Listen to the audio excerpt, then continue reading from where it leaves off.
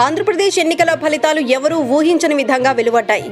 గెలుపుపై ఎంతో ధీమాగా ఉన్న వైసీపీ చతికిలబడింది.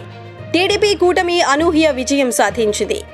ఈ ఎన్నికల్లో టీడీపీ కూటమి మొత్తం 164 స్థానాల్లో విజయం సాధించగా వైసీపీ కేవలం 11 స్థానాలకే పరిమితమైంది. లోక్సభ ఎన్నికల్లోనూ కూటమి సత్తా చాటింది.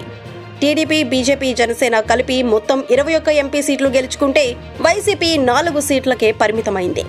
అయితే ఈ ఎన్నికల్లో ఏ పార్టీకి ఎన్ని ఓట్లు వచ్చాయనే దానిపై ఆసక్తి నెలకొంది. ఈసీ వివరాల ప్రకారం టీడీపీకి 1.53 కోట్లు, వైసీపీకి 1.32 కోట్లు ఓట్లు పోలయ్యాయి. జనసేన పార్టీకి 28 లక్షలు, బీజేపీకి 9.5 లక్షల ఓట్లు వచ్చాయి. కాంగ్రెస్ పార్టీకి 5.8 లక్షల ఓట్లు దక్కించుకుంది. టీడీపీ, జనసేన, బీజేపీ కూటమికి మొత్తం 55.43% ఓట్లు వచ్చాయి. టీడీపీకి 45.60%, వైసీపీకి 39.37%, జనసేన 8.53%, బీజేపీకి 2.83%, కాంగ్రెస్ పార్టీకి 1.73%, నోటాకు 1.09% ఓట్లు పోలయ్యాయి. గత ఎన్నికలతో పోలిస్తే జనసేన పార్టీకి 3% అదనంగా ఓట్ షేర్ పెరిగింది. 2019 ఎన్నికల్లో జనసేన 5.53% ఓట్లు దక్కించుకుంది.